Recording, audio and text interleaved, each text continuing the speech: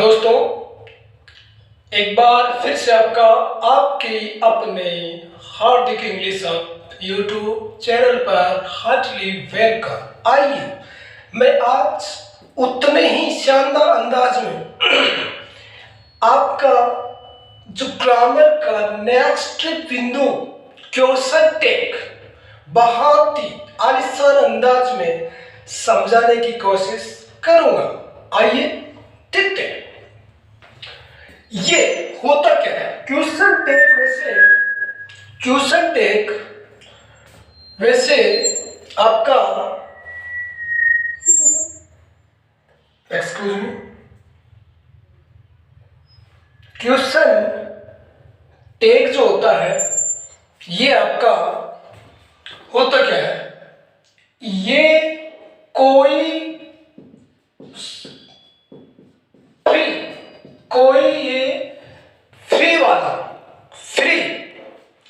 Free question नहीं होता है। क्या होता है? फ्री क्वेश्चन नहीं होता है।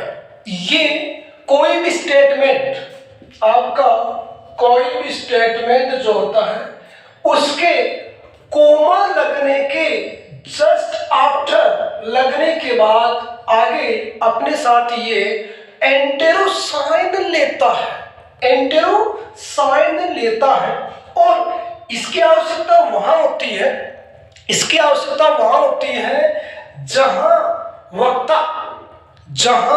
वक्ता जो है, जो क्या होता है आपका ऑडियंस का ध्यान अपनी और अट्रैक्टिव के लिए इसका क्वेश्चन टैग का प्रयोग किया जाता है। वक्ता का जो है का जो स्टेटमेंट है वो जो ऑडियंस है उसका ध्यान अपनी ओर अट्रैक्ट करने के लिए इसका प्रयोग किया जाता है। आइए वन बाय वन इसको हम समझने की कोशिश करते हैं।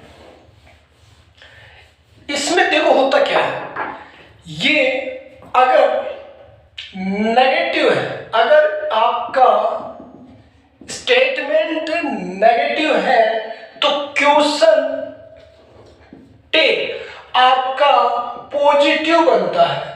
क्या बनता है? पॉजिटिव। अगर स्टेटमेंट नेगेटिव है तो क्वेश्चन टेक आपका पॉजिटिव आएगा। अगर स्टेटमेंट आपका पॉजिटिव है तो क्वेश्चन टेक आपका आएगा नेगेटिव में। किस में आएगा? नेगेटिव में आने वाला है। ठीक है। और किसी भी स्थिति में क्वेश्चन टेक जो होता है वो उसकी शुरुआत जो है वो कैपिटल से नहीं होती है। हम जो भी HV जो लिखते हैं क्वेश्चन टेक के लिए वो किसी भी स्थिति में कैपिटल नहीं आता है, वो स्मॉल ही आता है। इधर क्लियर? नेक्स्ट, इतना तो समझ में आया होगा सर। अब मैं आपके सामने एक स्थिति और आता हूं लेकर कि अगर आपका स्टेटमेंट जो है मतलब खत्म, मतलब क्या होता है? खत्म। अगर इसमें मेन वर्ब हो,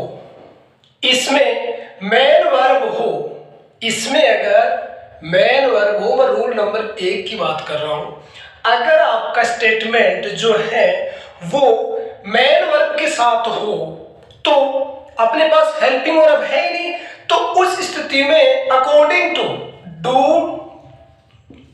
डज और डिड, डू और डज और डिड, इसका प्रयोग होता है। अगर आपका सब्जेक्ट प्लूरल है, अगर आपका सब्जेक्ट प्लूरल है तो डू हेल्पिंग वर्ब आएगी। अगर आपका सब्जेक्ट सिंगुलर है तब आएगी डच, और आपका अगर सेकंड फॉर्म में है तो आएगी डिड। मतलब सब्जेक्ट सिंगुलर होगा तो मेन वर्ब में एस और यस रहेगा। सब्जेक्ट अगर प्लूरल होगा तो मेन वर्ब में ओनली फर्स्ट फॉर्म में रहेगी। राइट? तो इस स्थिति में इनके आगे डिडंट या डजंट या डोंट या डोंट लगता है। Am I right? Am I right? Next, अब नेक्स्ट जैसे मैं इसका एक एग्जांपल लिखूं, एक एग्जांपल लिखो आपके सामने कि he is going to Sikar. वह सॉरी इसमें तो क्या है कि हेल्पिंग वर्ब आ गई, मुझे लिखना main verb. He goes to Sikar. यहां क्या है, ये मेन वर्ब है और यहां हेल्पिंग वर्ब नहीं है। तो हमने तो मतलब हम तो यहां सीख रहे हैं कि क्वेश्चन टेक हमेशा हेल्पिंग वर्ब से होता है। बिल्कुल सही। तो यहां ऐसा है नहीं। तो अभी मैंने लिखा है कि अगर आपकी स्टेटमेंट में मेन वर्ब हो तो वहां उसके अकॉर्डिंग यहां क्या है, एस या यस। तो एस और यस है तो यहां क्वेश्चन यहां आ जाएगा, देखो डच। और ये क्या है, इसका रूल ये है कि अगर स्टेटमेंट आपका पॉजिटिव है तो क्वेश्चन टेक नेगेटिव आएगा। तो ये हो गया डजंट। और आपका सब्जेक्ट क्या है, ही है, तो ही हो जाएगा। और ये आपका अंत में क्वेश्चन टेक आपका लग गया है। लगा क्या नहीं लगा, लग गया। चलो हो गया है। तो आगे देखते हैं हम। अब आपके सामने और स्थिति आ रही है। मैं लिखता हूं, अपन इसमें जो हेल्पिंग वर्ब्स यूज लेते हैं वो हमेशा एब्रीवेट के रूप में होती है। एंटी, तो इसमें सेम मुझे पता है कि विल नोट को आप वू नोट लिख सकते हो, सैन नोट को सैनोट लिख सकते हो। ठीक है ना। और एम नोट को आरंट लिखते हैं। एक तो इसको रखना है, सेम का तो सेम है। इसमें क्या होता है, एम नोट को आरंट लिखते हैं। ये बात श्योर आपको मद्देनजर या ध्यान में रखना है। शेष में कोई खास अंतर नहीं है। विल नोट को वू नोट लिखते हैं। विल नोट को वू नोट तो मतलब जो हेल्पिंग वर्ब्स है, जो अपने एक्सिलरी वर्ब्स है, उनका एब्रीवेट मींस शॉर्ट फॉर्म हम लिखते हैं हमेशा। जब अपना स्टेटमेंट पॉजिटिव तो हमें नेगेटिव की आवश्यकता होती है क्वेश्चन टैग में। तो उस स्थिति में हम इनका ही यूज होता है। अगर अपना स्टेटमेंट नेगेटिव हो तब हमें इसकी आवश्यकता नहीं है, मतलब इसकी आवश्यकता नहीं होती है। तो उस स्थिति में मुझे उम्मीद है कि आपको आ रहा होगा, केवल इसका रखना है। क्यों, इसका होता है आरंट। ठीक है, आगे देखते हैं। रोल नंबर 2 देखते हैं। रोल नंबर 2 आपका क्या बोलता है, ये कि जैसे मैं अभी एम नोट का लिखा है मैंने, तो इसका हमेशा एम नोट नहीं होता, आरएनटी होता है। इसका मैं एक वाक्य लिख देता हूं, I am going to Sikar, I am going to Sikar. यहां इसका होगा आरंट आई, इसका होगा ये यहां पर और ये आरंट आई और ये एंटेरोसाइड। तो ये हो गया ना, बिल्कुल। अगर मैं इसको नेगेटिव में लिखूं, अगर मैं इसको नेगेटिव में लिखूं टू सिक्कर, तो ये एम आई होगा। अब आपका स्टेटमेंट नेगेटिव है तो आपका क्वेश्चन टेक किसमें होगा, किसमें होगा, एम आई में ही होने वाला। इस डिफरेंस को आप थोड़ा सा कंटेस्ट रखें, कोई दिक्कत नहीं, कोई दिक्कत हो जाएगा, कर दो। नेक्स्ट देखते हैं, नेक्स्ट रूल की ओर कुछ करते हैं। हाँ,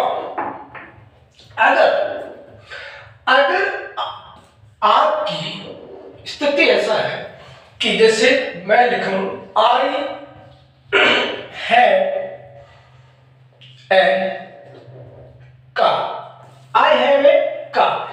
अब हमने सीखा वैसे तो ये एक्चुअली, लेकिन यहां ये लेक्सिकल वर्ब है, लेक्सिकल वर्ब है मतलब मेन वर्ब है। इस स्थिति में इसका यूज हम डू आई, तो ये रॉन्ग है, रॉन्ग है, इसका हो जाएगा डोंट आई। लेकिन कहीं आपको इसका हैव आई, हैवंट आई भी देखने को मिल रहा है, तो कंफ्यूज ना हो। अपना रूल ये कहता है कि अगर किसी स्टेटमेंट में एचवी ना हो और मेन वर्ब या कोई एचवी मेन वर्ब के रूप में यूज आ रही है, तो आप उसी रूल को फॉलो करते हुए हमेशा उसमें डू और did according to tense and according to subject के नंबर और जेंडर के अकॉर्डिंग उसका प्रयोग कर देते हैं। नेक्स्ट रूल को देखने की कोशिश करते हैं। अगर मैं रूल आगे लिखता हूं, अगर किसी स्टेटमेंट में आपका no one, none, no one, none, nothing, no one, none, nothing, nobody, sorry,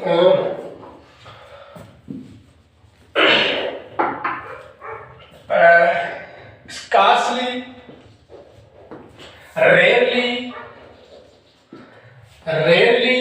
seldom, never, few, little, neither, इत्यादि अगर हो तो ये हमेशा नेगेटिव अपना मीन्स लेते हैं, ये हमेशा अपना नेगेटिव मीन्स लेंगे और इनका सबका क्वेश्चन टैग आपका पॉजिटिव ही बनने वाला है। इनका question tag no one, none, nothing, scarcely, rarely, seldom, never, few, little इत्यादि हमेशा नेगेटिव स्थिति में होते हैं और इनका क्वेश्चन टैग हमेशा पॉजिटिव बनता है। फॉर एग्जाम्पल, थोड़ा सा एक एग्जाम्पल दे दो। No one can do it, no one can do it, तो क्या बन गया इसका, क्या बन गया, क्या बन गया, कोशिश करें क्या बन सकता है इसका। तो कांट दे, इसका हो गया कांट दे, यह गलत है, इसका होगा कैन दे। क्यों? ये नकारात्मक था तो कांट तो बनेगा ही नहीं। अब रही बात सर दे कहां से आया, इसकी भी बात मैं बताने की कोशिश करता हूं। अगला रूल्स की ओर अगर कुछ करें अपन, अगले रूल में अगर हम देखने की कोशिश करें तो no one, anyone, nobody, anybody, somebody, everyone, etc. etc. अगर सब्जेक्ट के रूप में है स्टेटमेंट में तो इनका क्वेश्चन टैग हमेशा दे बनता है। इनका क्वेश्चन टैग हमेशा दे ही बनता है। Am I correct? इनका क्वेश्चन टैग हमेशा दे ही बनने वाला है। अगर ये आपके स्टेटमेंट में मौजूद हो, समवन भी रहेगा, समवन और बहुत सारे हैं, तो इनका क्वेश्चन टैग हमेशा दे बनता है। ध्यान रखने की बात है। अब हम नेक्स्ट चलते हैं। जैसे मैं इसका एक एग्जाम्पल भी अगर आपके सामने लिखूं तो someone is missing, someone is missing, तो it's they, isn't they, तो ये हो जाएगा isn't they, isn't they, ठीक है, isn't they। चलते हैं नेक्स्ट। अगर स्टेटमेंट में क्या हो, देयर हो, वन हो और दिस हो, दीज हो और दोज हो, there, one, this, that, these, those हो, तो ये जैसे इज ए काउ, तो इसका इज, इजेंट देयर, इसका सेम रहेगा, इसका आपका सेम रहेगा, वन इसका भी ऐसा ही होगा, इसका भी ऐसा ही होगा, one can do it, one can do it, यहां पर क्या वन,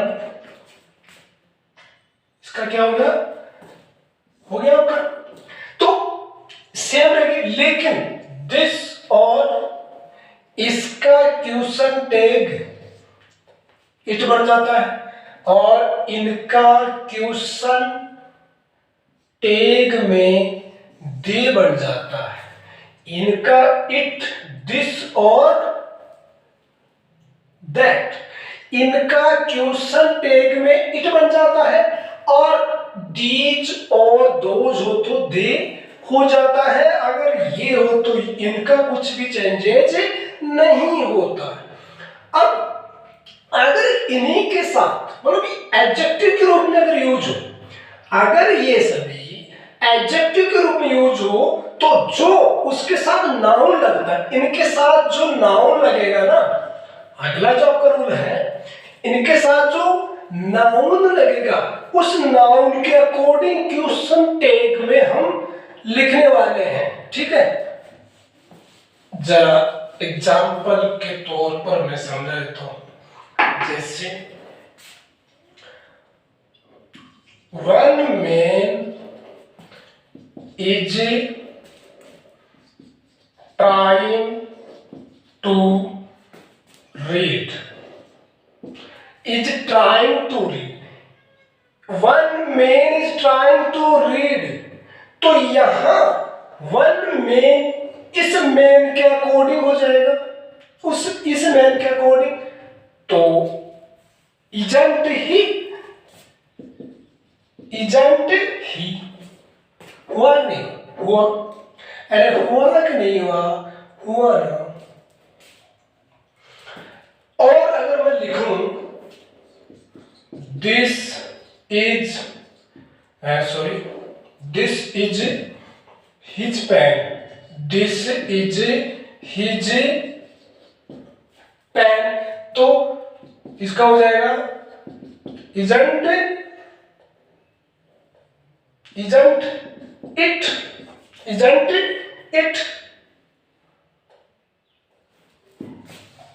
आगे देखते हैं। आगे हम देखने की कोशिश करते हैं कि अगर आपके नथिंग हो, 6 वाला, नथिंग हो, एवरीथिंग हो, नथिंग हो, एवरीथिंग हो, समथिंग हो, nothing, everything, something, nothing, everything, something, etcetera की स्थिति अगर हो तो इनका क्वेश्चन टेक भी इट बनता है। इनका क्वेश्चन टेक भी आपका इट बनता है। इनका क्वेश्चन टेक भी इट ही बनता है। ठीक है, नेक्स्ट अपन देखें कि अगर कोई इंपरेटिव है, अगर कोई इंपरेटिव है, क्या है इंपरेटिव? इंपरेटिव होता है जो मेन वर्ब से शुरू होता है, जो मेन वर्ब से और एक किससे होता है? डोंट से, मेन वर्ब से और डोंट से। अगर ये आपका इंपरेटिव का स्टेटमेंट अगर पॉजिटिव है तो इसका क्वेश्चन टेक पॉजिटिव भी हो सकता है और नेगेटिव भी हो सकता है। लेकिन अगर इसका स्टेटमेंट नेगेटिव है तो इसका क्वेश्चन टेक हमेशा पॉजिटिव ही प्राप्त होता है। एग्जाम्पल के तौर पर मैं देखूं तो जैसे improve your handwriting, improve your handwriting। अब improve your handwriting इसका ये भी रखना है कि पॉजिटिव स्टेटमेंट का क्वेश्चन टेक नेगेटिव और पॉजिटिव दोनों रूप में हो सकता है, ये बात सही। लेकिन होगा क्या? लेकिन होगा क्या? वो होगा आपका विल यू या फिर वॉन्ट यू, विल यू या फिर वॉन्ट यू, होगा क्या? विल यू या वॉन्ट यू। तो यहां मैं विल यू भी और वॉन्ट यू भी लिख सकता हूं। अगर मैं लिखूं डोंट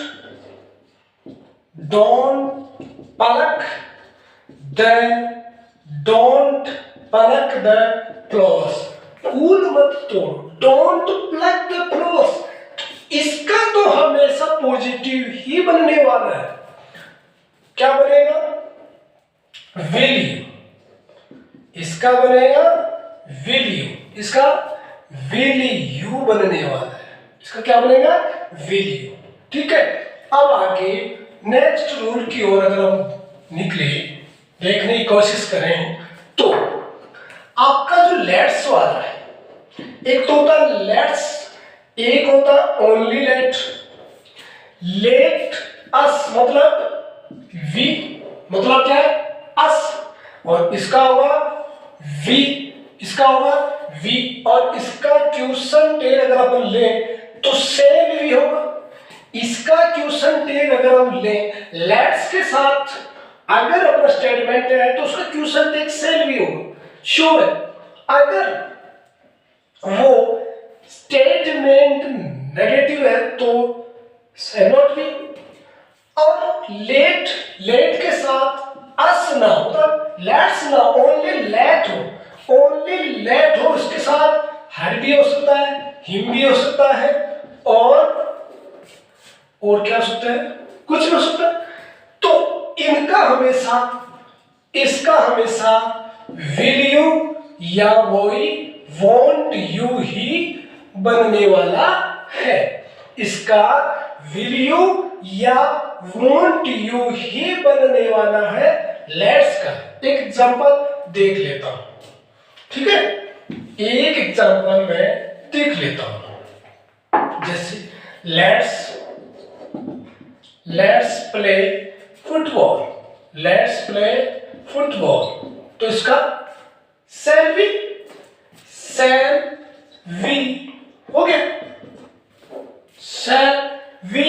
और let her play football, let her play football, तो विल अब यह है तो हर आ जाएगा, ठीक है।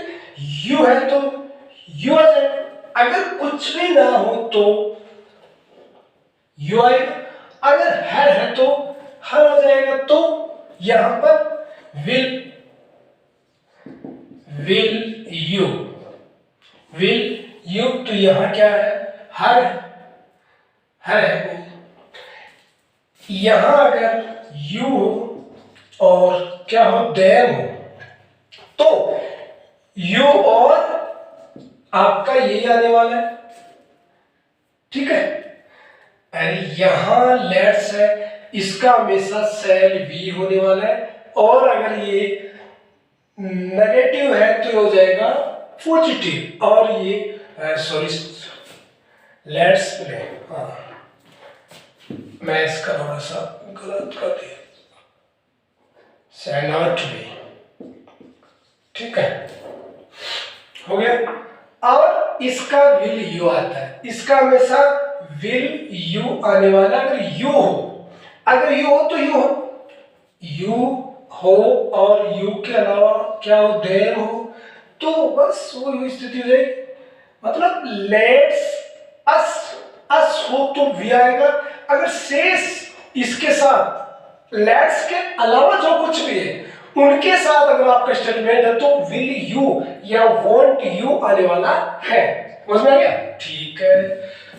और नेक्स्ट अगर हम देखें यूज टू, नेक्स्ट अगर हम ले यूज टू और यूजेंट टू, तब जैसे आई यूज टू गो टू, मैं मंदिर जाता था, तो इसका हो जाएगा क्वेश्चन टेक यूजेंट आई, ठीक है। अगर ये आई यूजेंट टू गो टू टेम्पल, मैं मंदिर नहीं जाता था, तो यूज्ड आई, ठीक है। अगर मॉडल और भी हो, जैसे नीड हो, डेयर हो, ये क्या है आपके सेमी मॉडल। ये क्या है, सेमी मॉडल। अगर इनका मॉडल के रूप में प्रयोग होता है, तो ये यही रूप में आ जाएंगे, क्या हो जाएंगे, ठीक है, क्योंकि उस स्थिति में ये HV है। अगर इन्हीं का यूज मेन वर्ब में हो, तो वो ही डू, वो ही डच और वो ही क्या जाता है, डिड। हेल्पिंग वर्ब का उपयोग ये ले लेता है। अब एक इंपरेटिव अपना क्या बोलता है, वो ये कहता है कि माइंड योर बिजनेस, मतलब अपना, जैसे सट अप, ठीक है, या कीप क्वाइट। तो इन स्थिति में इंपरेटिव में अगर हम नाराजगी व्यक्त कर रहे हैं तो उन स्थितियों में हमेशा क्वेश्चन टैग क्या बनता है? क्या बनता है? कांट। उन स्थितियों में क्वेश्चन टैग हमेशा कांट बनता है। अगर इम्परेटिव में हम किसी को ऑर्डर के रूप में कुछ बोल रहे हैं तो उसका क्वेश्चन टैग हमेशा कांट बनता है। उसका क्वेश्चन टैग हमेशा कांट बनता है। अब एक छोटा सा और बता देता हूं कि अगर हम जैसे most of us, all of us, neither of us, either of us, ठीक है, एटसेट्रा, मतलब जिनके आगे अस की स्थिति हो उनका क्वेश्चन टैग क्या बनता है? वी के साथ में बनता है। उनका क्वेश्चन टैग वी